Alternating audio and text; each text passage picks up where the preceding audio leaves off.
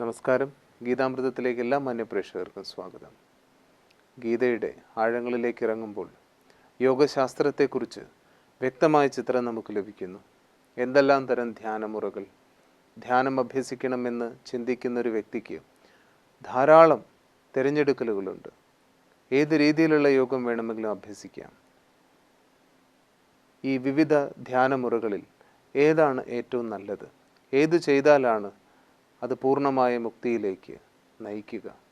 ഇവിടെ ആശയക്കുഴപ്പത്തിലാകേണ്ട കാര്യമില്ല. ഏറ്റവും ഉയർന്ന യോഗത്തെക്കുറിച്ച് സ്വയം ഭഗവാൻ തന്നെ ഗീതയിലൂടെ നമുക്ക് മാർഗനിർദ്ദേശം നൽകുന്നു. അതുതന്നെയാകട്ടെ നമ്മുടെ ഇന്നത്തെ ചർച്ച. യോഗത്തിൻ്റെ വിവിധ വശങ്ങളെക്കുറിച്ച് നമുക്ക് മനസ്സിലാക്കി തരാൻ എന്നത്തെയും പോലെ നമ്മോട് കൂടെയുണ്ട് ആദരണീയ രാജയോഗിനി ബ്രഹ്മകുമാരി പങ്കജ് ബെൻ. ബെഞ്ച്, ഇന്നത്തെ ചർച്ചയിലേക്ക് സ്വാഗതം. ഓം ശാന്തി. നമ്മളിന്ന് യോഗത്തെക്കുറിച്ച് ചർച്ച ചെയ്യുകയാണ്. ഒരുപാട് വിഷയങ്ങളെക്കുറിച്ച് ഗീതയിൽ പ്രതിപാദിക്കുന്നുണ്ടെങ്കിലും യോഗം വളരെയധികം ഭഗവാൻ തന്നെ ഊന്നൽ കൊടുക്കുന്നൊരു വിഷയമാണ്. ധ്യാനം ചെയ്യുന്ന ഒരു വ്യക്തി എങ്ങനെ ധ്യാനം ചെയ്യണം? ഇന്ന് ലോകത്തിൽ എല്ലാവർക്കും മെഡിറ്റേഷനോട് താല്പര്യം കൂടി വരുന്ന സമയമാണ്. യോഗ പഠിക്കണം എന്ന ആഗ്രഹത്തോടു കൂടി ചെറുപ്പക്കാർ പോലും യോഗത്തെക്കുറിച്ച് മനസ്സിലാക്കാൻ ശ്രമിക്കുന്നുണ്ട്. പലതരം യോഗങ്ങൾ ഇന്ന് പഠിപ്പിക്കുന്നുമുണ്ട്. ജപയോഗം, വിപാസന യോഗം, alpha meditation, twin heart meditation, ഇങ്ങനെ പല പല യോഗങ്ങളുണ്ട്. രാജയോഗമാണ് ശ്രീമദ് ഭഗവത്ഗീതയിൽ പ്രതിപാദിച്ചിരിക്കുന്ന യോഗം. പേര് പോലെ തന്നെ എല്ലാ യോഗങ്ങളുടെയും രാജാവാണ് രാജയോഗം. ഈ പേര് തന്നെ രാജയോഗം എന്നുള്ള പേരിൻ്റെ എന്താണ് അങ്ങനെ ഒരു പേര് വരാനുള്ള കാരണം എന്താണ്? രാജ എന്ന് വെച്ചാൽ റൂളിംഗ് ആൻഡ് കൺട്രോളിംഗ് പവറുള്ള ആൾ. രാജയോഗ പ്രാക്ടീസ് ചെയ്യുന്ന വ്യക്തിക്ക് തൻ്റെ മനസ്സ്, ബുദ്ധി, സംസ്കാരം, ഭാവം, വിചാരങ്ങൾ ഇതിനൊക്കെ നിയന്ത്രിക്കാൻ സാധിക്കുകയാണ്. വെറും കൺട്രോളിങ് മാത്രമല്ല, റൂളിങ്, അതിനെ ഉപയോഗിക്കാനും സാധിക്കുകയാണ്. അതിൻ്റെ ഫലമായിട്ട് ഇന്ദ്രിയങ്ങളെ നിയന്ത്രിക്കാനും റൂൾ ചെയ്യാനുള്ള കഴിവ് കിട്ടുകയാണ്. എന്തുകൊണ്ടെന്ന് വെച്ചാൽ രാജ് എന്നുള്ള വാക്കിന് രഹസ്യം എന്ന് അർത്ഥമുണ്ട്. ജാ ഇട്ടിട്ട് താഴെ ഒരു ബിന്ദു ഇട്ടാൽ സംസ്കൃതത്തിൽ സ എന്ന് പറയും. രാസലീല എന്നൊക്കെ പറയില്ലേ, ശ്രീകൃഷ്ണനും ഗോപഗോപിമാരുമായിട്ടുള്ള ആ ലീലയിൽ വെറും ഒരു ഡാൻസ് അല്ല, അതിൽ കുറേ സ്പിരിച്വൽ രഹസ്യങ്ങൾ അടങ്ങിയിട്ടുണ്ട്. അതേപോലെ ഈ രാസ് യോഗ പ്രാക്ടീസ് ചെയ്യുന്നവർക്ക് ആത്മാവിനെക്കുറിച്ചും പരമാത്മാവിനെക്കുറിച്ചും ആധ്യാത്മികമായിട്ടുള്ള ലോകത്തെക്കുറിച്ചുള്ള പല രഹസ്യങ്ങൾ അനുഭവിച്ചറിയാൻ സാധിക്കും. സയൻറ്റിസ്റ്റ് തന്നെ ഒരു വിഷയത്തെക്കുറിച്ച് കുറേ നേരം ഏകാഗ്രമായിട്ട് ഇരിക്കുമ്പോഴാണ്, അതിൽ തന്നെ അവരുടെ മനസ്സങ്ങ് ലോസ്റ്റ് ആകുമ്പോഴാണ് അവർക്ക് അതിനെക്കുറിക്കുന്ന രഹസ്യങ്ങൾ പിടികിട്ടുന്നത്. അതേപോലെ ഡെയിലി കുറച്ച് നേരം ശാന്തമായിട്ട് ഏകാന്തമായിട്ടൊരു സ്ഥലത്ത് ഇരുന്നിട്ട് ആത്മാവിനെക്കുറിച്ചും പരമാത്മാവിനെക്കുറിച്ചും ഇതുപോലെ ആ മെഡിറ്റേഷൻ പ്രാക്ടീസ് ചെയ്യുന്നവർക്ക് അതിൻ്റെ കാണാപ്പുറങ്ങൾ മനസ്സിലാക്കാൻ സാധിക്കും.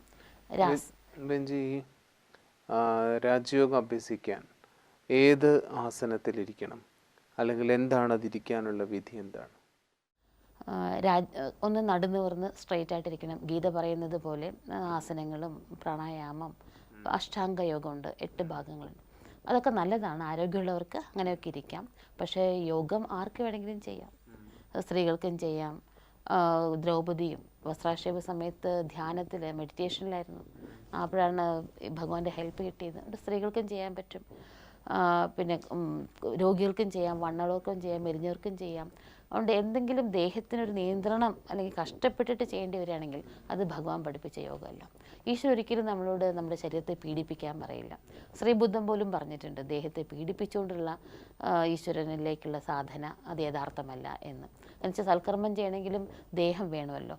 അതുകൊണ്ട് ഒന്നിലൊരു ശക്തമായിട്ടുള്ളൊരു പീഡനം അല്ലെങ്കിൽ ഒരു ബലം പ്രയോഗിക്കാതെ ഏറ്റവും കൂടുതൽ നമ്മൾ കണ്ടുവരുന്ന, എനിക്ക് തോന്നുന്നു, ഇപ്പോൾ പത്മാസനത്തിലൊക്കെ ഇരുന്ന്.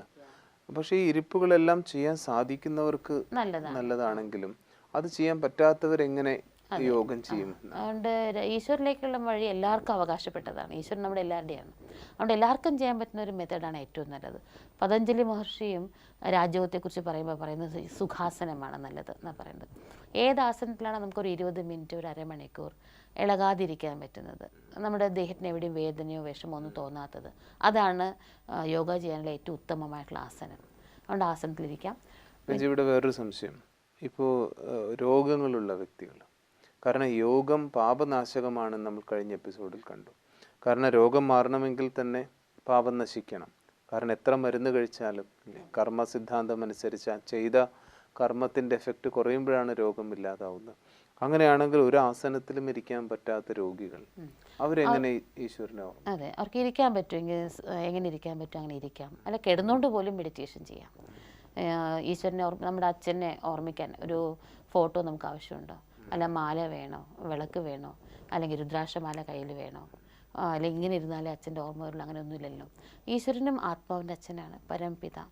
അതുകൊണ്ട് ഒരു ഉറക്കത്തിൽ പോലും യോഗനിദ്ര എന്നാ പറയാം. ഉറങ്ങുന്നതിന് തൊട്ട് മുമ്പായിട്ട് ഈശ്വരൻ്റെ ഓർമ്മയിൽ അങ്ങനെ ഉറങ്ങിയാൽ ആ ഉറക്കത്തിൽ പോലും നമുക്ക് ഈശ്വരൻ്റെ ഓർമ്മയിൽ ഇരിക്കാൻ പറ്റും. യഥാർത്ഥത്തിൽ ഈ യോഗനിദ്ര ഒരുപാട് മഹാവിഷ്ണു യോഗനിദ്രയിലായിരുന്നു, അല്ലെങ്കിൽ ധാരാളം പേരെ കുറിച്ച് അങ്ങനെ പറയുന്നുണ്ട്. അതെങ്ങനെ നമുക്ക് ഇപ്പോൾ ബെഞ്ചി പറഞ്ഞ പോലെ ഈ ഒരു കാലഘട്ടത്തിലേക്ക് അത് ദേവന്മാർക്കുള്ള ഒരു ഒരു വലിയ ഡിഗ്രി അല്ലേ? അതെ അതെ. പക്ഷേ ആർക്കും ചെയ്യാൻ പറ്റുന്നതാണ് നമ്മുടെ മുമ്പിൽ ഒരു ഉദാഹരണമായിട്ട് ചെയ്ത് കാണിച്ചു തന്നിരിക്കുന്നത്. അതുകൊണ്ട് ഉറങ്ങാൻ തൊട്ട് മുമ്പായിട്ട് നമ്മൾ മെഡിറ്റേഷൻ ചെയ്തിട്ട് ജാഗ്രത അവസ്ഥയിൽ നിന്ന് ഉറക്കത്തിലേക്ക് ആ സ്ലീപ്പാവുന്ന ആ സെക്കൻഡ് യോഗയുക്തമായിട്ടുള്ള സ്റ്റേജിലാണ്. മെഡിറ്റേഷനിലാണെങ്കിൽ രാവിലെ ഉണരുന്നത് വരയ്ക്കും മനസ്സ് ആ സ്റ്റേജിലായിരിക്കും, അപ്പോൾ യോഗനിദ്രയിലായിരിക്കും. അതുകൊണ്ട് മഹാവിഷ്ണു ഉറങ്ങുന്നത് തന്നെ നോക്കി എന്ത് ആ സാത്വികത ഉണ്ടായില്ല, കിടക്കുന്നതിൽ തന്നെയുണ്ട്. ഉറങ്ങുന്നത് കണ്ടാൽ തന്നെ ഇല്ലേ, നമ്മൾ തന്നെ സാധാരണ പറയാറുണ്ട് ബോധം കെട്ടിറങ്ങുന്ന ഉറക്കത്തിലും സാത്വികതയും തമോ ഗുണം രജോ ഗുണമുണ്ട്. രാക്ഷസന്മാരൊക്കെ കൈയും കാലും തോന്നിയ മാറിയിട്ടിട്ട് കൂർക്കവും വലിച്ച് അങ്ങനെ ഒരു ബോധവും ഇല്ലാണ്ട് ഉറങ്ങുന്നതായിട്ട് കാണിക്കും. അതേസമയത്ത് സാത്വികമായിട്ടുള്ള ഉറക്കമാണെങ്കിൽ നല്ല സൗണ്ട് സ്ലീപ്പും ആയിരിക്കും, അതേ സമയത്ത് നല്ല ഉണർവും ഉണ്ടായിരിക്കും. വിളിച്ചാൽ ഉടനെ ഉണരും, അവരെ വിളിക്കുമ്പോഴേക്കും ഞെട്ടി ഉണരെ, ഭയപ്പെടാതൊന്നും ഉണ്ടാവില്ല. സാത്വിക ഈശ്വരൻ്റെ ഓർമ്മയിൽ ഉറങ്ങുകയാണെങ്കിൽ ആരെങ്കിലും നമ്മൾ പെട്ടെന്ന് വിളിച്ചാൽ പോലും നമുക്ക് വളരെ നോർമലായിട്ട് ഉണരാൻ സാധിക്കും. അതാണ് ഈശ്വരൻ്റെ ഓർമ്മയിൽ ഉറങ്ങിയാലുള്ള ഗുണം. അതുകൊണ്ട് എപ്പോഴും ചെയ്യാൻ പറ്റുന്നതാണ്, ഉണ്ണുമ്പോഴും ഉറങ്ങുമ്പോഴും നടക്കുമ്പോഴും എന്ത് കാര്യം ചെയ്യുമ്പോഴും ഏതൊക്കെ കാര്യത്തിലാണോ ചോദിക്കണമെന്ന് വിചാരിച്ചു. കാരണം രാജയോഗം അഭ്യസിക്കാൻ ഇപ്പം ഇന്നത്തെ ഇത്രയും തിരക്ക് പിടിച്ച സാഹചര്യത്തിൽ ഇപ്പം ചിലർക്ക് എല്ലാവർക്കും സമയം തികയുന്നില്ല. 24 മണിക്കൂർ ഒന്നിനും പോരാന്ന് പറയുന്നവരുടെ എണ്ണം കൂടി വന്നുകൊണ്ടിരിക്കുമ്പോൾ ഏത് സമയത്ത് ഇത് നമുക്ക് ചെയ്യണം രാജയോഗം? എത്ര സമയമില്ലാത്തവരാണെങ്കിലും വർക്ക് ആൽക്കഹോളിക് ആകാൻ പാടില്ല. അവരവർക്ക് വേണ്ടി കുറച്ച് സമയം തീർച്ചയായിട്ടും മാറ്റി വെക്കണം. വർക്ക് ആൻഡ് ലെഷർ ബാലൻസ് വേണം എന്ന് പറയും. മെഡിറ്റേഷൻ ചെയ്യുമ്പോൾ നമ്മുടെ കുശലത വർദ്ധിക്കുന്ന കാരണം കുറച്ച് സമയം കൊണ്ട് നമുക്ക് കാര്യം ചെയ്യാനും സാധിക്കും. അതുകൊണ്ട് തിരക്ക് പിടിച്ചവർ തീർച്ചയായിട്ടും ചെയ്യണം, യോഗ എക്സംഷൻ അല്ല. ഏറ്റവും നല്ലത് അതിരാവിലത്തെ സമയമാണ്. ആ സമയം എല്ലാവർക്കും നമ്മുടെ സ്വന്തം തന്നെയാണ്. അതുകൊണ്ട് എത്ര സമയമില്ലാന്ന് പറയുന്നവർക്കും കുറച്ച് നേരത്തെ ഉണർന്നാൽ മതി. ബ്രാഹ്മ മുഹൂർത്തമാണ് മെഡിറ്റേഷൻ ഏറ്റവും നല്ലതെന്ന് പറയും. അതിന് അമൃതവേള, വരദാനവേള, ആദിവേള എന്നൊക്കെ പറയും. ബെഞ്ചി, ഈ ബ്രാഹ്മ മുഹൂർത്തത്തെക്കുറിച്ച് പറയുമ്പോൾ തന്നെ ഒരുപാട് അതിനെക്കുറിച്ച് വാദഗതികൾ. അത് ഇത്ര മണിക്ക് തുടങ്ങണം അല്ലെങ്കിൽ ഇത്ര മണിക്ക് തുടങ്ങണം. യഥാർത്ഥത്തിൽ ബ്രാഹ്മ മുഹൂർത്തത്തിൽ ധ്യാനം ചെയ്യാൻ ആഗ്രഹിക്കുന്ന ഒരാൾ എത്ര മണിക്ക് യഥാർത്ഥത്തിൽ എഴുന്നേൽക്കണം? ബ്രാഹ്മ മുഹൂർത്തം 2 തൊട്ട് 5 വരെയുള്ള സമയമുണ്ട്. പക്ഷേ അത്ര നേരത്തെ എണീക്കണമെന്നില്ല, എന്താ വെച്ചാൽ എന്നും ചെയ്യേണ്ടതല്ലേ. അത് കാരണം കുറഞ്ഞതൊരു 3:30, 3:45 അല്ലെങ്കിൽ ഉണർന്നിട്ട് അപ്പോൾ കുളിക്കുക അങ്ങനെ സാധാരണ കാറ്റിന് വേണ്ടി നമ്മുടെ സമയം പാഴാക്കണ്ട. പക്ഷേ ഈശ്വരനെ ഓർമ്മിക്കാണ്, കാരണം ഒരു ശുദ്ധിയൊക്കെ വേണം. ഒന്ന് കൈകാലം മുഖമൊക്കെ കഴുകിയിട്ട് ബ്രഷ് ചെയ്തിട്ട് നമുക്ക് ഈശ്വരനെ ഓർമ്മിക്കാനിരിക്കാം. ഒരു 4 മണി തൊട്ട് 5 മണി വരെയെങ്കിലും ദിവസവും രാവിലെ അതിരാവിലത്തെ സമയത്ത് 1 മണിക്കൂറെങ്കിലും മെഡിറ്റേഷൻ ചെയ്യുന്നത് നല്ലതാണ്. എന്താണെന്ന് വെച്ചാൽ ഈ സമയത്താണ് സൂര്യോദയത്തിന് 2 മണിക്കൂർ മുമ്പാണ് പിറ്റ്യൂട്ടറി ഗ്ലാൻഡ് ഏറ്റവും പെർഫെക്റ്റായിട്ട് പ്രവർത്തിക്കുന്നത്. അതുകൊണ്ട് ഈ സമയത്ത് മെഡിറ്റേഷൻ ചെയ്യുന്നത് ദേഹത്തിലെ ഏറ്റവും മുഖ്യമായിട്ടുള്ള ഗ്ലാൻഡ്, മാസ്റ്റർ ഗ്ലാൻഡ് ആണല്ലോ പിറ്റ്യൂട്ടറി ഗ്ലാൻഡ്. അതുകൊണ്ട് ആ സമയത്ത് മെഡിറ്റേഷൻ ചെയ്യുമ്പോൾ ആ ഗ്ലാൻഡ് പ്രവർത്തനം ആകുമ്പം ആരോഗ്യവും ഉണ്ടാകും, ആയുസ്. കാരണം ഹോർമോണൽ ആക്ടിവിറ്റീസ് ആ സമയത്ത് ഏറ്റവും കൂടുതലായിട്ട് സയൻസ് തന്നെ പലപ്പോഴും തെളിയിച്ചു. അതെ അതെ, പറയാറുണ്ട് 2:30 മണി തൊട്ട് 5 മണി വരെ മെഡിറ്റേഷൻ ചെയ്യുന്നവരാണ് രാജഋഷി എന്ന് പറയും. 4 തൊട്ട് 5 വരെ മെഡിറ്റേഷൻ ചെയ്യുന്നവർ യോഗിയാണ്. 5 മണിക്ക് ഉണരുന്നവരെ നല്ല ഭക്തന്മാരൊക്കെ വെളുപ്പിന് ഉണർന്നിട്ട് ഈശ്വരനെ ഓർമ്മിക്കും, ഭക്തൻ എന്ന് പറയും. 6 മണിക്ക് ഉണരുന്നവരെ ഭോഗി എന്ന് പറയും. എന്നുവെച്ചാൽ സുഖഭോഗമായിട്ടുള്ളൊരു ജീവിതം വേണം. അപ്പോൾ ഇനി അതൊക്കെ വേണമെങ്കിൽ ഈശ്വരൻ്റെ അനുഗ്രഹം ഇല്ലാണ്ട് എല്ലാം കിട്ടില്ല. അതുകൊണ്ട് ഇതിനു വേണ്ടി, അല്ലാണ്ട് ദൈവമല്ല പ്രാധാന്യം, ഇതൊക്കെ നേരെ നടക്കാനായിട്ട് ഈശ്വരനെ പ്രാർത്ഥിക്കാം. അതുകൊണ്ട് ഭോഗി എന്ന് പറയും. 7 മണിക്ക് ഉണരുന്നവരെ രോഗി എന്ന് പറയും. എന്നുവെച്ചാൽ എന്തോ മനസ്സിൽ അത്യാഗ്രഹമോ ദേഷ്യമോ ആരുടെങ്കിലും പകയൊക്കെ കാണും. അപ്പോൾ രാത്രി നേരത്തെ ഉറങ്ങാൻ പറ്റില്ല അവർക്ക്. ഇതൊക്കെ ഓർത്ത് ലേറ്റായിട്ടേ ഉറങ്ങുള്ളൂ. അതുപോലെ വെളുപ്പിന് നേരത്തെ എഴുന്നേൽക്കാൻ പറ്റില്ല. 7 മണിക്ക് അവർ ഉണരുള്ളൂ. അതുകൊണ്ട് 7 മണിക്ക് ഉണരുന്നവരെ അല്ലെങ്കിൽ ആ സമയത്ത് ഈശ്വരൻ ഓർമ്മിക്കുന്നവരെ രോഗി എന്ന് പറയും. 8 മണിക്കാണ് ദൈവത്തിനെ ഓർമ്മിക്കുന്നത് അല്ലെങ്കിൽ രാവിലെ ഉണരുന്നത് എന്നുണ്ടെങ്കിൽ അവർ മഹാരോഗി എന്ന് പറയും.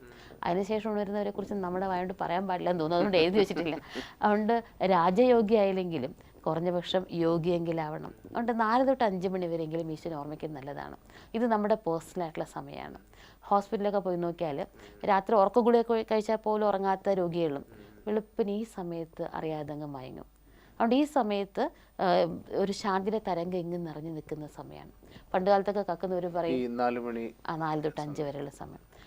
പണ്ട് കാലത്ത് തെറ്റായിട്ടുള്ള കർമ്മം ചെയ്യുന്നവർ, മോഷ്ടിക്കുന്നവരൊക്കെ പറയും കള്ളനും ദൈവം വെളുപ്പിന് 3:45 നാഴിക വരയ്ക്കും സഹായം തരും, അത് കഴിഞ്ഞാൽ തരില്ല. എന്നുവെച്ചാൽ ഈ സമയത്തിൻ്റെ പരിശുദ്ധിയെ നഷ്ടപ്പെടുത്തിയാൽ, അതിന് ഭംഗം ഉണ്ടാക്കിയാൽ തെറ്റിനും കട്ടതിനും പനിഷ്മെന്റ് കിട്ടും, ഇതിനും പനിഷ്മെന്റ് കിട്ടുന്നതായിരുന്നു അവരുടെ വിശ്വാസം. സമയത്തിന്റെ പൗത്രത. അതുകൊണ്ട് കള്ളന്മാരെല്ലാം 3:45 മുമ്പ് തന്നെ തങ്ങളുടെ ജോലി അതെ തിരിച്ചു പോകും. എത്ര രാത്രിയൊക്കെ ടി വിയോ അല്ലെങ്കിൽ എന്താ നെറ്റോ ഒക്കെ ഇട്ടിട്ട് വർക്ക് ചെയ്യുന്നവരായിക്കോട്ടെ, അല്ലെങ്കിൽ അതിലൊക്കെ കണ്ട് ആസ്വദിക്കുന്നവരായിക്കോട്ടെ, 3 മണിയാകുമ്പോഴേക്കും മതിയാവും, ഉറങ്ങാൻ തോന്നും. അതുകൊണ്ട് ഈ സമയം മനസ്സ് വളരെ ശാന്തമാവുന്ന സമയമാണ്. ചുറ്റിലൊരു ശാന്തിയുടെ അന്തരീക്ഷം നിറഞ്ഞു നിൽക്കുന്ന സമയമാണ്. ശാന്തമായിട്ടൊരു അന്തരീക്ഷത്തിലാണ് മനസ്സിന് ഈശ്വരൻ്റെ ഏകാഗ്രമാകാൻ എളുപ്പമായിട്ടുള്ളത്. 5 മണിക്ക് ശേഷമേ പക്ഷികളൊക്കെ ഉണരുള്ളൂ, ശബ്ദം ഉണ്ടാക്കുള്ളൂ. ഈ സമയത്ത് ആരും കോളിംഗ് ബെല്ലടിക്കില്ല, നമുക്ക് ആരെയും കാണാൻ പോകണ്ട, ആരും നമ്മളെ കാണാൻ വരില്ല, ടെലിഫോൺ ബെല്ലടിക്കില്ല, കൊച്ചുങ്ങൾ ബഹളം ഉണ്ടാക്കില്ല, ആരും ടി വി ഓൺ ചെയ്യില്ല. നമുക്ക് മെഡിറ്റേഷൻ ഏറ്റവും അനുകൂലമായിട്ടുള്ള സമയമാണ്. ഡിസ്റ്റർബൻസ് ഏറ്റവും കുറവാണ്. അതുകൊണ്ട് ഈ സമയത്തിൻ്റെ നേട്ടം നമ്മൾ എടുക്കണം. മാത്രമല്ല ഈ സമയത്ത് ഇതിനെ വരദാന വേള എന്ന് പറയും. ഈശ്വരൻ ഈ സമയത്ത് ഉണർന്നിരുന്നിട്ട് മെഡിറ്റേഷൻ ചെയ്യുന്നവരുടെ എന്താണ് അവർക്ക് വേണ്ടത് അത് മനസ്സിലാക്കി ദൈവം സ്വയം അറിഞ്ഞു കൊടുക്കുന്നതുകൊണ്ട് വരം ഈശ്വരൻ തഥാസ്തു എന്ന് പറഞ്ഞുകൊണ്ടിരിക്കുന്ന സമയമാണ്. അതുകൊണ്ട് അവർക്ക് വേണ്ട വരം കിട്ടും. അതുകൊണ്ട് ഇതിനെ വരദാന വേള എന്ന് പറയും. സരസ്വതി യാമം എന്ന് പറയും, ബ്രഹ്മാമുഹൂർത്തം എന്നും പറയും. സരസ്വതി ദേവി, വിദ്യാദേവി ഈ സമയത്ത് ഏറ്റവും കൂടുതൽ അനുഗ്രഹിക്കുന്ന സമയമാണെന്ന് പറയണം. അതുകൊണ്ട് എന്ത് വിദ്യ അഭ്യസിക്കുന്നവരും, സംഗീത വിദ്യ ആയിക്കോട്ടെ, കളരിപ്പയറ്റായിക്കോട്ടെ, പണ്ട് കാലത്ത് എല്ലാ വിദ്യയും ഈ സമയത്തായിരുന്നു എല്ലാവരും അഭ്യസിച്ചുകൊണ്ടിരുന്നത്. അതുകൊണ്ട് ഇത് ഏറ്റവും നല്ലതാണ്. പിന്നെ ഒരു ദിവസം തുടങ്ങുന്ന ഈ സമയമാണ്, അതുകൊണ്ട് ഇതിന് ആദ്യവേള എന്ന് പറയും. അതുകൊണ്ട് അതിരാവിലത്തെ സമയം ഏറ്റവും നല്ലതാണ്. 4 തൊട്ട് 5 വരെയെങ്കിലും ചെയ്യാം. ബെഞ്ചി, രാവിലത്തെ സമയം പറഞ്ഞ വേറൊരു കാര്യം, നമ്മുടെ ഇന്നത്തെ ഒരു ലൈഫ് സ്റ്റൈൽ തന്നെ, ഇപ്പോൾ പട്ടണങ്ങളിലൊക്കെ നൈറ്റ് ലൈഫ് എന്നാണ് പറയുന്നത്, രാത്രി ജീവിതം, രാത്രി മുഴുവൻ നഗരം ഉറങ്ങാത്ത ഒരു സാഹചര്യത്തിലേക്ക് നമ്മൾ പോയിക്കൊണ്ടിരിക്കുകയാണ്. നഗരം മാത്രമല്ല, ഇപ്പോൾ മറ്റ് ഗ്രാമപ്രദേശങ്ങളിലും ടി വിയുടെയും ഇൻ്റർനെറ്റിൻ്റെയൊക്കെ കമ്പ്യൂട്ടറിൻ്റെ അതിപ്രസരം കൊണ്ട്. അപ്പോൾ ഇവിടെ ഈ രാത്രി ഇത്രയും വൈകുമ്പോൾ സ്വാഭാവികമായിട്ടും രാവിലത്തെ ബ്രഹ്മമുഹൂർത്തമോ ധ്യാനത്തിനെ കുറിച്ചും പിന്നെ ചിന്തിക്കാനേ സാധിക്കില്ല. അപ്പോൾ ഈ ഒരു ടൈം ടേബിൾ വളരെയധികം ഒരു മാറ്റം വരുത്തേണ്ടിയിരിക്കും. നമ്മളൊന്ന് എന്താ പറയുക, ഒന്ന് സെറ്റ് ചെയ്യണം, നമ്മുടെ ജീവിത രീതി ഒന്ന് റീസെറ്റ് ചെയ്യണം. രാവിലെ നേരത്തെ ഉണരണം. രാത്രി ഒരു 9:30-ക്കെങ്കിലും നമ്മുടെ എല്ലാ ജോലിയും മുഴുവനാക്കിയിട്ട് 10 മണിക്കെങ്കിലും നമ്മൾ ഉറങ്ങാൻ പോകണം. അങ്ങനെ ഒരു സെറ്റ് ചെയ്താൽ early to bed early to rise, അതാണ് ഹെൽത്തി ആൻഡ് ഹെൽത്തി ആയിട്ടുള്ള ലൈഫിന് നല്ലതെന്ന് പാശ്ചാത്യ നാട്ടുകാർ പോലും പറഞ്ഞിട്ടുണ്ട്. നമ്മുടെ ഭാരതത്തിൽ അതായിരുന്നു. വെളുപ്പിന് എൻ്റെ കുട്ടിക്കാലത്ത് പോലും സൂര്യോദിക്കുന്ന മുമ്പായിട്ട് എല്ലാവരും ഉണരുമായിരുന്നു. ഇപ്പോൾ ഈ ഇടയ്ക്കാണ് ടി വിയും കമ്പ്യൂട്ടറിൻ്റെ അതിപ്രസരത്തിന് ശേഷമാണ് നമ്മുടെ സിസ്റ്റം ടോട്ടലി മാറിയത്. അതുകൊണ്ട് രാവിലെ നേരത്തെ ഉണരുന്നത്, അല്ലെങ്കിലും ജീവിതത്തിൽ എന്തെങ്കിലുമൊക്കെ നേടിയിട്ടുള്ള ആൾക്കാരൊക്കെ രാവിലെ നേരത്തെ ഉണർന്നിട്ടുള്ളവരാണ്. വിദ്യയ്ക്ക് ഏറ്റവും നല്ല സമയം, പുതിയ കാര്യങ്ങൾ മനസ്സിലാക്കാനും പഠിക്കാനും ഒക്കെ ഉള്ള ഏറ്റവും നല്ല സമയമാണ്. ഞങ്ങളൊക്കെ കുട്ടിയായിരുന്നപ്പോൾ പഠിക്കുമായിരുന്നു. അതുകൊണ്ട് പറയുമായിരുന്നു രാത്രി 4 മണിക്കൂർ പഠിക്കുന്നതും വെളുപ്പിന് 2 മണിക്കൂർ പഠിക്കുന്ന സമാണെന്ന് പറയും. രാത്രി മുഴുവൻ ഉറങ്ങിയത് കൊണ്ട് നമ്മുടെ മനസ്സ് നന്നായിട്ട് വിശ്രമിച്ചിരിക്കുന്ന കാരണം രാവിലെ മനസ്സ് ബ്ലോട്ടിംഗ് പേപ്പർ പോലെ എന്ത് കൊടുത്താലും മുഴുവനങ്ങ് ഗ്രാസ്പ് ചെയ്യും. കാരണം ചില കുട്ടികൾ ഇങ്ങനെയും ധാരാളം അഭിപ്രായം പറയുന്നത് കേട്ടിട്ടുണ്ട്. ഇപ്പോൾ രാത്രിയാണ് അവർക്ക് പഠിക്കാൻ കൂടുതൽ സുഖം, 9 മണി തൊട്ടൊരു 12-1 മണി വരെയൊക്കെ പഠിച്ച് പിന്നെ കിടന്നുറങ്ങിയാൽ മതി. പക്ഷെ അതിനേക്കാളും നല്ലത് എനിക്ക് തോന്നുന്നു നേരത്തെ കിടന്ന് രാവിലെ എഴുന്നേറ്റതിന് ശേഷം അവരുടെ സ്റ്റഡി ഷെഡ്യൂൾ ക്രമീകരിക്കുകയായിരിക്കും തോന്നുന്നു. അപ്പം പ്രയത്നം കുറവും റിസൾട്ട് കൂടുതലും കിട്ടും. അതുകൊണ്ട് അതിരാവിലെ സമയത്ത് ഉണർന്നിട്ട് മെഡിറ്റേഷൻ ചെയ്യും. പിന്നെ സന്ധ്യാസമയവും മെഡിറ്റേഷൻ ഏറ്റവും നല്ല സമയമാണ്. പണ്ടൊക്കെ എല്ലാ വീട്ടിലും സന്ധ്യയ്ക്ക് വിളക്ക് കൊളുത്തിട്ട് നാമം ജപിക്കുന്ന ഒരു സിസ്റ്റം ഉണ്ടായിരുന്നു. സന്ധ്യ ഈശ്വരനെ ഓർമ്മിക്കാൻ വേണ്ടി മാത്രമുള്ള സമയമാണെന്ന് പറയും. ആ സമയത്ത് ചോറുണ്ണാൻ പാടില്ല, മുടി കെട്ടാൻ പാടില്ല, നഖം മുറിക്കാൻ പാടില്ല, തൂത്തു വാരാൻ പാടില്ല. അത് പൂർണ്ണമായിട്ടും ഭഗവാനെ ഓർമ്മിക്കാൻ വേണ്ടി മാത്രം നീക്കി വെക്കേണ്ട സമയമാണെന്ന് പറയും. എത്ര തിരക്ക് പിടിച്ചവരാണെങ്കിലും കടയിലാണെങ്കിലും ട്യൂബ്ലൈറ്റ് ഇടുമ്പോൾ ഒന്നിങ്ങനെയെങ്കിലും ആക്കാതിരിക്കില്ല. അതുകൊണ്ട് ഈ സമയവും നമ്മുടെ തിരക്ക് പിടിച്ച ഫുൾ ഡേയിലുള്ള ഹെക്റ്റിക് അവേഴ്സൊക്കെ കഴിഞ്ഞിട്ട് നമ്മളങ്ങ് റിലാക്സ്ഡ് ആയിട്ട് വീട്ടിൽ വന്നുള്ള ചായയൊക്കെ കുടിച്ച് നമ്മളൊന്ന് റിലാക്സ്ഡ് ആയിട്ടിരിക്കുന്ന സമയം, ആ സമയത്ത് നമ്മളൊരു സന്ധ്യയ്ക്ക് 6:30-ക്ക് 7:30-ക്ക് ഇടയ്ക്ക് ഉള്ള ആ 1 മണിക്കൂർ ചെയ്താൽ വളരെ നല്ലത്. അല്ലെങ്കിൽ എത്ര പറ്റും അത്ര സമയം കുറച്ച് നേരം ഈശ്വരനെ ഓർമ്മിക്കാനായിട്ട് മാറ്റിവെക്കുന്നതാണ്. അതുപോലെ ഉറങ്ങണേന് തൊട്ട് മുമ്പായിട്ട് പകൽ മുഴുവനുള്ള എല്ലാ കാര്യങ്ങളും ഇവരിങ്ങനെ അത് ചെയ്യണം, ഇത് ഈ ഭാരങ്ങളൊക്കെ തലയുടെ മുകളിൽ കയറ്റി വെച്ച് ആ ഭാരത്തോടെ കിടന്നുറങ്ങുക. രാവിലെ ഭാരത്തോടെ എഴുന്നേൽക്കുക, വീണ്ടും പകൽ മുഴുവൻ കുറേ ഭാരം കയറ്റി വയ്ക്കുക, പിന്നെ രാത്രി ആ ഭാരത്തോടെ ഉറങ്ങുക. രാത്രി ഫുൾ നൈറ്റ് ശരീരം റെസ്റ്റ് എടുക്കുന്നുണ്ടെങ്കിലും മനസ്സ് വിശ്രമിക്കാത്ത കാരണം രാവിലെ നല്ലൊരു റിലാക്സ്ഡ് ഫീലിംഗ് കിട്ടില്ല. എന്തോ കുറച്ച് നേരം ഇങ്ങനെ കിടന്നതുപോലെ തോന്നും, ഉറക്കവും ശരിയാവില്ല, ശരീരത്തിനും ക്ഷീണം മാറില്ല. അതിന് പകരം കുറച്ച് എല്ലാം കഴിഞ്ഞതൊക്കെ കഴിഞ്ഞു, അത് അവിടെ ഇരിക്കട്ടെ, എന്തായാലും രാത്രി ഇപ്പോൾ ഒന്നും ചെയ്യാൻ പറ്റില്ല. ഇത് പൂർണ്ണമായിട്ടും ഉറങ്ങാനുള്ള സ്ഥലമാണ്, ബെഡ്റൂമാണ്. ബെഡ്റൂമിൽ കയറിയപ്പോൾ ഒന്നും മിണ്ടാൻ പോലും പാടില്ല. മിണ്ടണമെങ്കിൽ വേറെ റൂമിൽ പോയിട്ട് മിണ്ടുക, TV കാണുക, ന്യൂസ് പേപ്പർ വായിക്കുക, പാട്ട് കേട്ടുകൊണ്ട് ഉറങ്ങുക, അങ്ങനെയൊന്നും അല്ലാണ്ട്. പലപ്പോഴും ഈ ടിവിയും രാത്രി വന്നതിന് ശേഷം ഉറങ്ങുന്നതിന് മുമ്പ് TV കാണലും ഒക്കെ അവരൊരു ആ ടെൻഷനെ ഒന്ന് അൺവൈൻഡ് ചെയ്യാൻ വേണ്ടിയിട്ട് ഉപയോഗിക്കുന്നു. അപ്പോൾ അതിന് പകരം മെഡിറ്റേഷൻ കൊണ്ട് അൺവൈൻഡ് ചെയ്യാൻ തുടങ്ങിയാൽ അല്ലെ കുറച്ചും കൂടി റിലാക്സ്ഡ് ആയിരിക്കും. അപ്പോൾ ഉറക്കവും നല്ല സൗണ്ട് സ്ലീപ്പ് കിട്ടും. ശരീരവും മനസ്സും രണ്ടും വിശ്രമിക്കണ കാരണം രാവിലെ നല്ല ഫ്രഷായിട്ട് എണീക്കാൻ പറ്റും, ഈ ഭാരമൊന്നും ഇല്ലാണ്ട് എണീക്കാൻ പറ്റും. ഒരു നല്ലോണം ഒരു പുതുമയോടുകൂടി, ഒരു ഉണർവോടുകൂടി നമുക്ക് പുതിയ ദിവസത്തിലേക്ക് ചുവട് വയ്ക്കാൻ പറ്റും. പിന്നെ രാത്രി ഉറങ്ങുമ്പോഴുള്ള മെഡിറ്റേഷൻ, രാവിലത്തെ മെഡിറ്റേഷൻ വളരെ ഹെൽപ്പ് ചെയ്യും. ഈ 3 സമയത്തെ മെഡിറ്റേഷൻ പരസ്പരം ഇൻ്റർലിങ്ക്ഡ് ആണ്. രാവിലത്തെ മെഡിറ്റേഷൻ നല്ലതാകുമ്പോൾ പകൽ മുഴുവൻ എന്ത് സംഭവിച്ചാലും അത് നമ്മുടെ മനസ്സിനെ അഫക്റ്റ് ചെയ്യണം. അകത്ത് നല്ല ശക്തിയുണ്ട്, അതുകൊണ്ട് പുറമേയുള്ള കാര്യങ്ങളെ പ്രഷറിനെ പ്ലഷറായിട്ട് ഫീൽ ചെയ്യും. അല്ലെങ്കിൽ എന്താകും, കുറച്ച് ചെറിയ കാര്യങ്ങൾ പോലും നമ്മൾ ഇറിറ്റേറ്റ് ചെയ്യും. എന്നുവെച്ചാൽ ഉള്ളിൽ വീക്കാണ്, ദുർബലമാണ്. അതുകൊണ്ട് പകൽ മുഴുവൻ നമുക്ക് എല്ലാ കാര്യങ്ങളെയും വളരെ സംയമനത്തോടെ സമചിത്തതയോടെ തരണം ചെയ്യാനും, അങ്ങനെ ചെയ്യുമ്പോൾ രാത്രി മെഡിറ്റേഷൻ നന്നാകും. യോഗം എന്ന് വെച്ചാൽ കണക്ഷൻ എന്നർത്ഥം. ഈശ്വരനോട് നമ്മുടെ മനസ്സ് കണക്റ്റഡ് ആണെങ്കിൽ അത് ഇവിടുത്തെ കണക്ഷൻ ശരിയാവണം.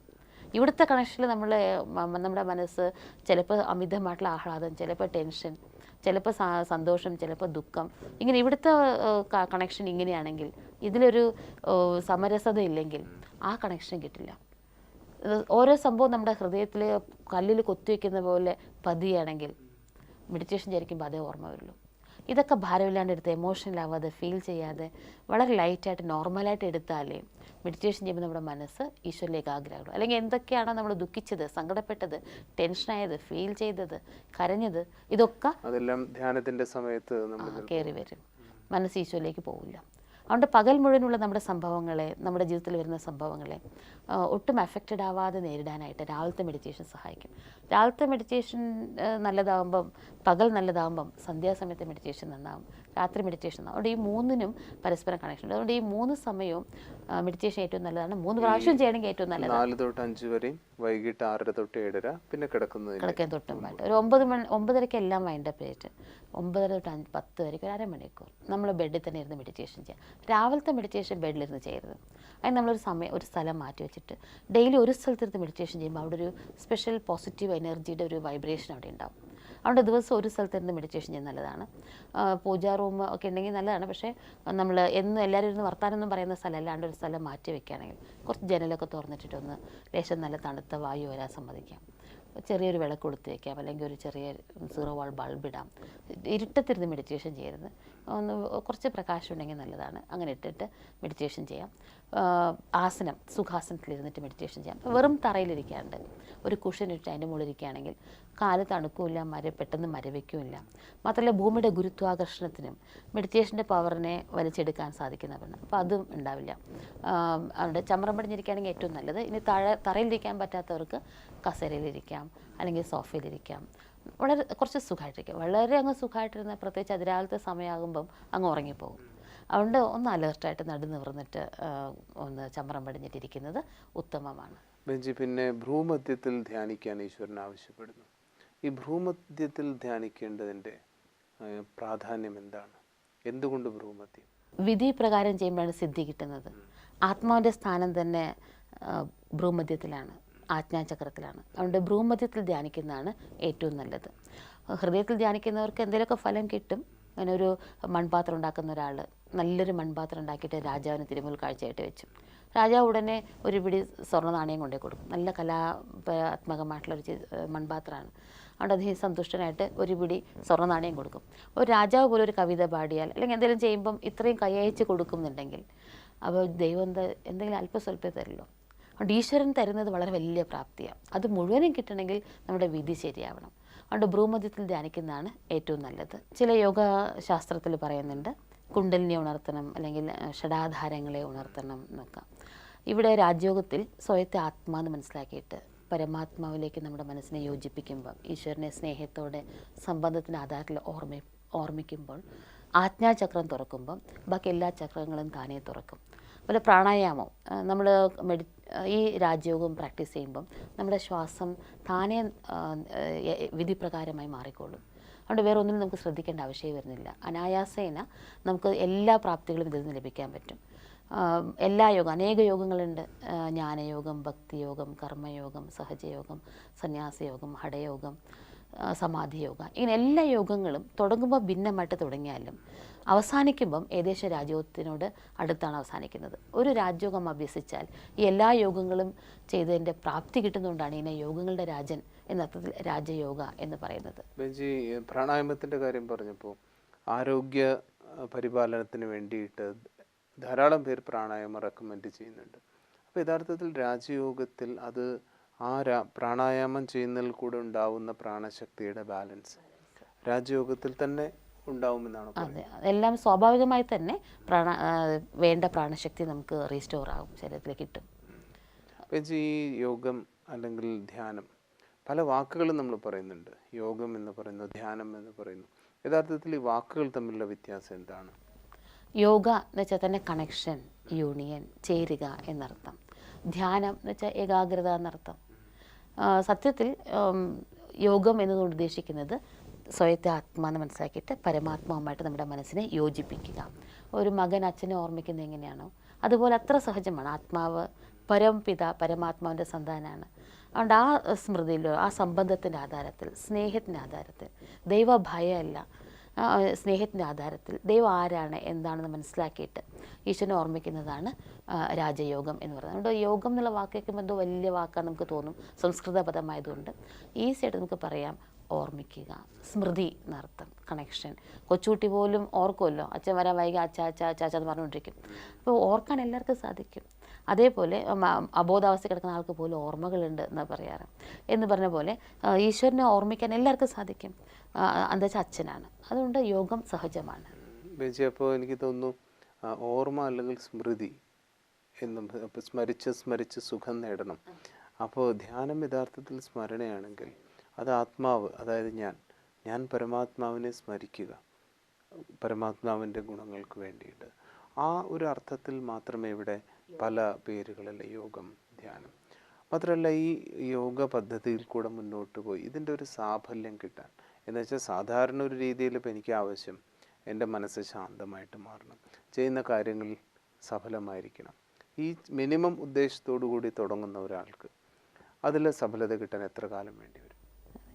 നമ്മൾ കേട്ടിട്ടുണ്ട് മഹർഷിമാരൊക്കെ എത്രയോ ആയിരക്കണക്കിന് വർഷം മെഡിറ്റേഷൻ ചെയ്തു എന്നൊക്കെ പറഞ്ഞ് നമ്മൾ കേട്ടിട്ടുണ്ട്. ഇപ്പം തിരക്ക് പിടിച്ച ജീവിതത്തിനിടയിൽ നമുക്ക് ആയിരക്കണക്കിന് വർഷമൊക്കെ അല്ലെങ്കിൽ ഇതിനു വേണ്ടി മാത്രമായിട്ട് മാറ്റിവെക്കാൻ പറ്റില്ല. അതുകൊണ്ട് അങ്ങനെ ഒത്തിരി സമയം നമ്മൾ ചെയ്തില്ലെങ്കിലും, ഒരു ദിവസം ഒരുപാട് സമയം നമ്മൾ ചെയ്തില്ലെങ്കിലും റെഗുലറായിട്ടുള്ള പ്രാക്ടീസിന് അതിൻ്റേതായിട്ടുള്ള നേട്ടമുണ്ട്. ചിലർ പറയാറുണ്ട് ഞാൻ അരമണിക്കൂറേ ടി വി കാണാറുള്ളൂ, 15 മിനിറ്റേ കാണാറുള്ളൂ എന്ന് പറയും. പക്ഷേ റെഗുലറായിട്ട് ആ 15 മിനിറ്റ് കാണുന്നത് കൊണ്ട് അതിൻ്റേതായിട്ടുള്ള ദോഷവശം അവർക്കുണ്ട്. അതേപോലെ റെഗുലറായിട്ട് നല്ല കാര്യം ചെയ്യുമ്പോൾ പലതുള്ളി പെരുവെള്ളം എന്നല്ലേ പറയാം, കുറച്ചാണെങ്കിലും അതിൻ്റെ പെട്ടെന്ന് തന്നെ നമുക്ക് അതിൻ്റെ നേട്ടങ്ങൾ കിട്ടാൻ തുടങ്ങും.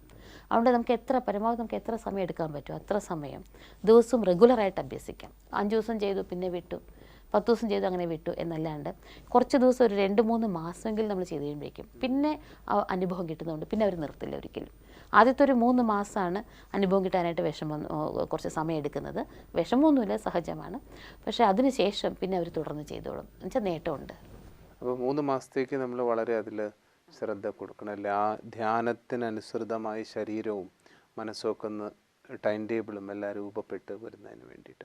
അപ്പോൾ എനിക്ക് തോന്നുന്നു നമ്മൾ വളരെ പ്രാക്ടിക്കലായ ചില വശങ്ങളെയാണ് എടുത്തത്. ധ്യാനം ചെയ്യാൻ അഭ്യസിക്കുന്ന ഏതൊരു പ്രേക്ഷകനും ഏതൊരു വ്യക്തിക്കും തീർച്ചയായിട്ടും ഈ അഭ്യാസ രീതി വളരെയധികം ഗുണം ചെയ്യും. നമുക്കൊരല്പസമയം അതിൻ്റെ അഭ്യാസം കൂടി ചില സങ്കല്പങ്ങളിലൂടെ നമുക്ക് കടന്നു പോകാം.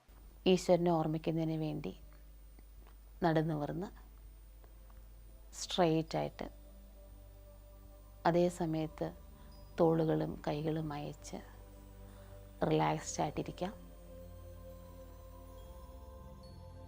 ചുറ്റും കേൾക്കുന്ന ശബ്ദങ്ങൾ, കാഴ്ചകൾ തുടങ്ങിയവയിൽ നിന്നെല്ലാം മനസ്സിനെ ഉൾവലിച്ച് എൻ്റെ ഉള്ളിലേക്ക് ഞാൻ യാത്ര ചെയ്യാൻ തുടങ്ങുകയാണ്.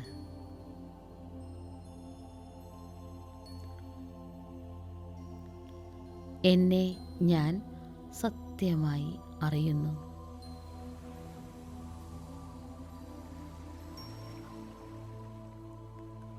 എന്നെ ഞാൻ വ്യക്തമായി കാണുന്നു.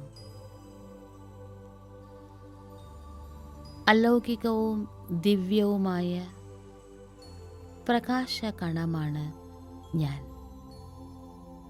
ഇന്ദ്രിയങ്ങളെ നിയന്ത്രിക്കുന്ന ദേഹത്തിൻ്റെ യജമാനനാണ് ഞാൻ.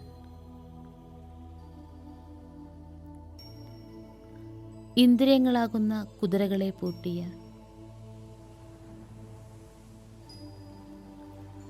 ശരീരമാകുന്ന രഥത്തെ നയിക്കുന്ന സാരഥിയാണ് ആത്മാവായ ഞാൻ.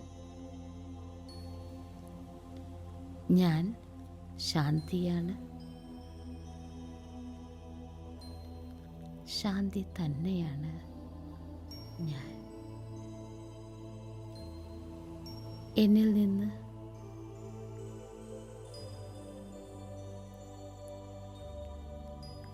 ശാന്തിയുടെ പൊൻകിരണങ്ങൾ അഷ്ടദിക്കിലേക്കും നിരന്തരം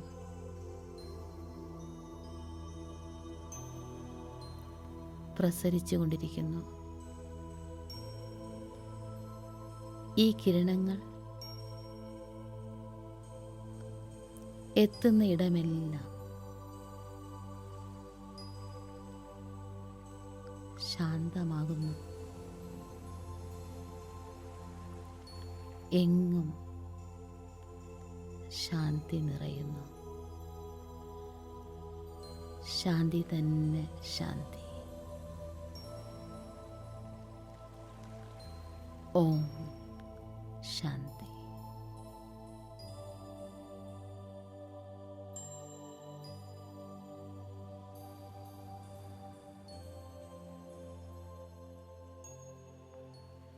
ഈ അഭ്യാസത്തിൽ കൂടെ സിദ്ധിയിലേക്ക് വളരെ പെട്ടെന്ന് എല്ലാവർക്കും എത്തിച്ചേരാൻ കഴിയട്ടെ എന്ന് നമുക്ക് ഈശ്വരനോട് പ്രാർത്ഥിക്കാം. ഇന്നത്തെ ചർച്ചയ്ക്ക് ഹൃദയം നിറഞ്ഞ നന്ദി.